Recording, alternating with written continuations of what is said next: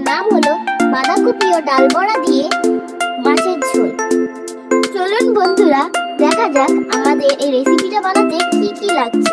এখানে আগে থেকে ডাল ভিজিয়ে রেখেছিলাম আধ ঘন্টার মতো। এবার আমরা 3টে কাঁচা লঙ্কা দিয়ে দেবো ওতে, পরিমাণ মতো নুন, হাফ চামচ হলুদ, হাফ চামচ জিরে দিয়ে সেটা আমরা মিক্সিতে গ্রাইন্ড করে নেব। এবার আমরা কড়ায় জল দিয়ে তাতে আমরা যে আলুগুলো কেটে রেখেছিলাম সেই আলুগুলো দিয়ে দেবো। তারপর আমরা বাঁধাকপিগুলো দিয়ে দেবো। এবার আলু আর বাঁধাকপিটাকে ভালো করে ঢাকা দিয়ে সেদ্ধ হতে দেবো। এবার আমরা তেলাপিয়া মাছে নুন, হলুদ ও লঙ্কার গুঁড়ো মাখিয়ে নেব। এবার আমরা যে ডাল বাটাটা মিক্স করে নিয়েছিলাম তার মধ্যে আমরা পেঁয়াজ দিয়ে দেবো, আদা রসুন বাটা দিয়ে দেবো আর একটু জিরে বাটা দিয়ে ভালো করে মিক্স করে নেব।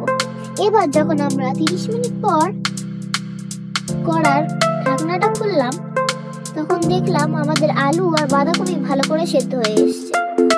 এবার আমরা কড়ায় সরষের তেল দিয়ে দেবো।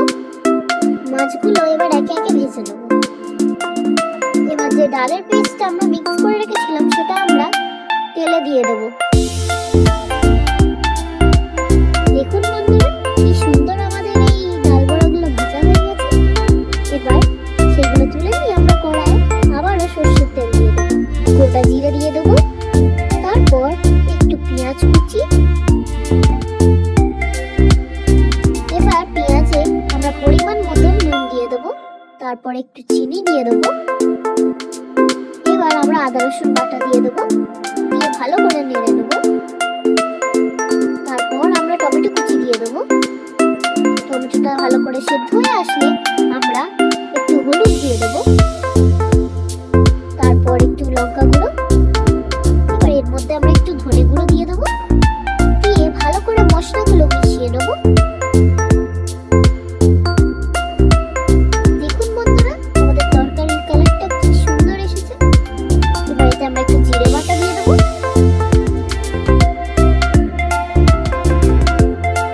এবার একটু ঢাকনা দিয়ে মশলাটাকে তেল বেরোনোর জন্য অপেক্ষা করব। এবার কিছুক্ষণ পর ঢাকনাটা খুলতেই দেখতে পাচ্ছেন বন্ধুরা কি সুন্দর তেল বেরিয়ে এসেছে। এবার যে বাঁধাকপিটা আমরা সেদ্ধ করে রেখেছিলাম সেটা আমরা এতে দিয়ে দেবো, দিয়ে ভালো করে মিক্স করে নিয়ে নুন দিয়ে দেবো। এবার এটাকে আমরা ঢাকা দিয়ে দেবো, ঢাকনাটা খুলে নেড়ে দেবো। এবার একটু কিছুক্ষণের জন্য নাড়াচাড়া করে আমরা এতে জল দিয়ে দেবো।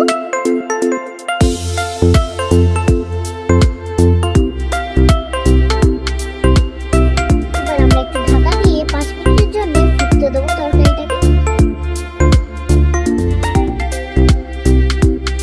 ঢাকনা খোলার পরে আমরা এবার ডাল বড়াগুলো একে একে দিয়ে দেবো।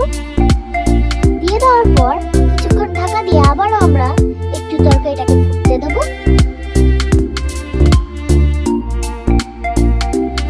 এবার আমরা আবার ঢাকনা খুলে একটু নেড়ে দেবো।